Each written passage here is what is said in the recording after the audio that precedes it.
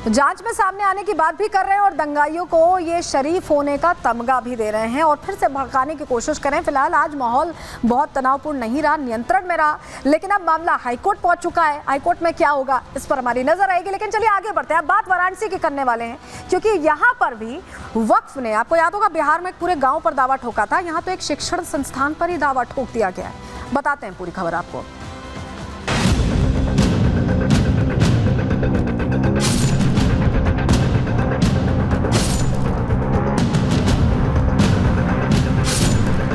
Notice भेजा था कि क्यों न जो है इसको यूपी सुन्नी सेंट्रल वक्फ बोर्ड में पंजीकृत कर लिया जाए। इसमें वहाँ पे ये लोग निर्माण कार्य कराना चाहते थे मस्जिद में और उसको आगे बढ़ाना चाहते थे।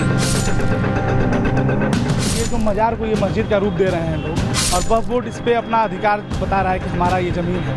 ऐसा इनका कुछ नहीं है।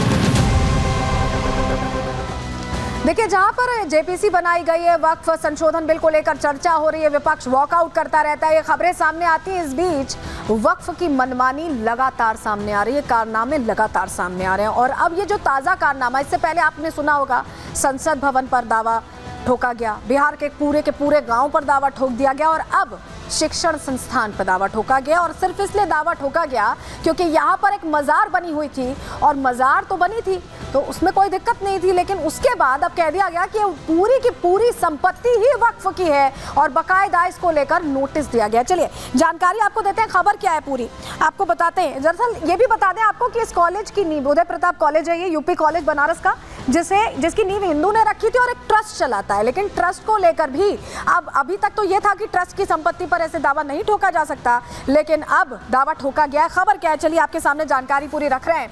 देखिए, वक्फ का दावा है, यूपी कॉलेज है ये, उदय प्रताप कॉलेज, जो आप तस्वीर यहाँ देख रहे हैं, उस पर दावा ठोका गया है। वाराणसी पे यूपी कॉलेज पर यह दावा ठोका गया है और इसके जरिए क्या कहा गया है, 115 साल पुराना कॉलेज है ये, पहले आप ये जान लीजिए, 115 साल पुराना कॉलेज है, इस पर दावा ठोक दिया गया है। लखनऊ वक्फ बोर्ड ने 2018 में इसको लेकर नोटिस भेजा था। कॉलेज ने वक्फ बोर्ड के नोटिस का जवाब भी दिया था और करीब 100 एकड़ में ये पूरा कॉलेज फैला हुआ है, जिस पर दावा ठोक दिया गया। कॉलेज में इस वक्त आपको बताएं करीब 17,000 के करीब छात्र छात्राएं पढ़ते हैं।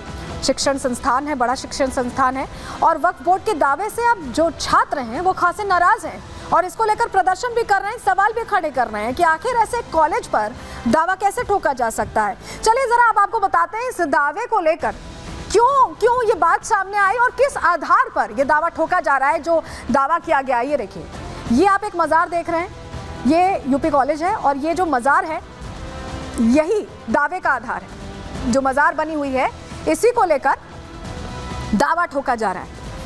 ये तस्वीर हम आपको इसलिए दिखा रहे हैं क्योंकि आपके लिए देखना और समझना ज़रूरी है कि आखिर इसको लेकर दावा कैसे, एक कॉलेज के अंदर अगर मज़ार है या मंदिर है तो पूरे कॉलेज पर तो दावा नहीं ठोका जा सकता ना, और ट्रस्ट का कॉलेज है ये, लेकिन ये दावा ठोका जा रहा है। चलिए अब आपको ज़रा दो तस्वीरें दिखाते हैं, क्योंकि लखनऊ वक्फ बोर्ड की तरफ से देखिए ये नोटिस भेजा गया, सुन्नी वक्फ बोर्ड, ये आप नोटिस देख रहे हैं, और दूसरी तरफ यूपी कॉलेज ने, उदय प्रताप कॉलेज ने जो जवाब दिया है वो भी हम आपको दिखा रहे हैं।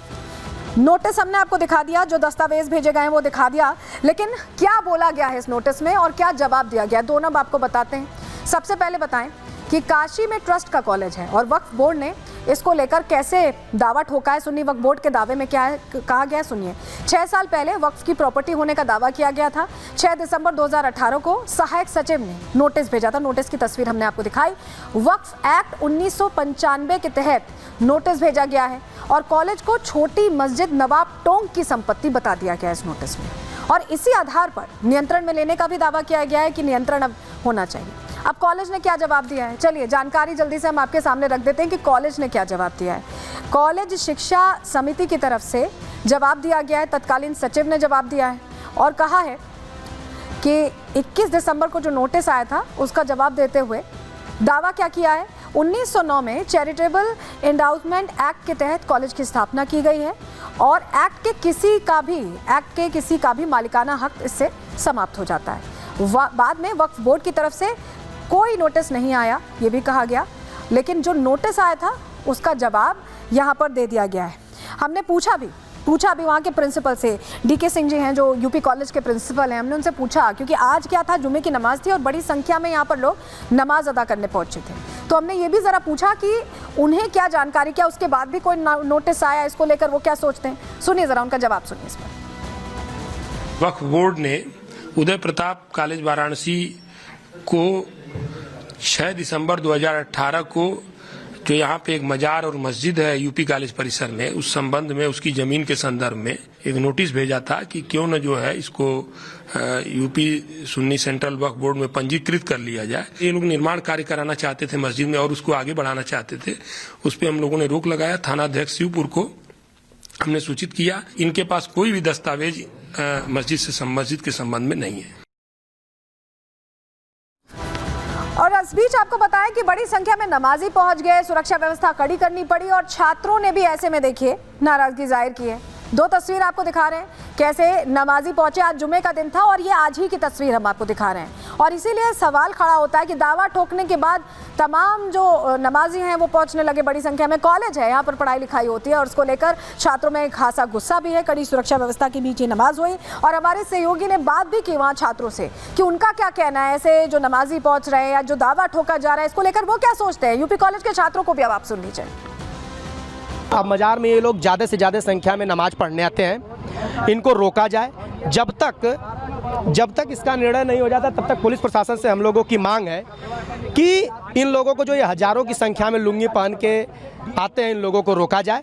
ये जब ज़मीन कॉलेज की है तो इस पर इनका है क्या, ये लोग क्यों यहाँ आते हैं पढ़ने इतनी बड़ी संख्या में। जब आज बड़े समय तक नहीं आते हैं तो पुलिस प्रशासन इसकी जांच करे ना कि जब ये 60 से मस्जिद है तो आप लोग लंबे समय से क्यों नहीं आते हैं, आप ये 5 साल के भीतर क्यों आने का काम किए हैं। हम लोगों की मांग है कि जो लोग सामाजिक उन्माद को बिगाड़ने का काम कर रहे हैं उनके खिलाफ कार्रवाई हो। तो चलिए कार्रवाई की मांग करें। आगे बढ़ते हैं, अगले सेगमेंट की अब बात करेंगे और बात करेंगे पौन कांड से जुड़े तमाम राजों।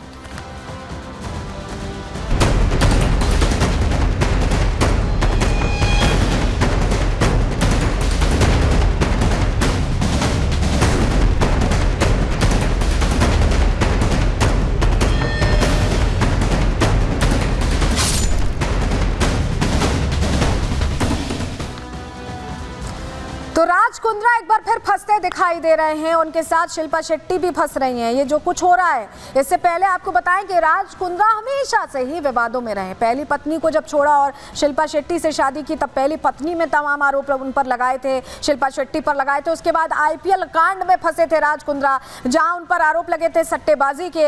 और उसके बाद आपको बताएं अभी भी इसी पूरे प्रकरण में, पौन कांड के ही प्रकरण में ये जमानत पर है और यही मामला अब इनके गले की फांस बनता दिखाई दे रहा है।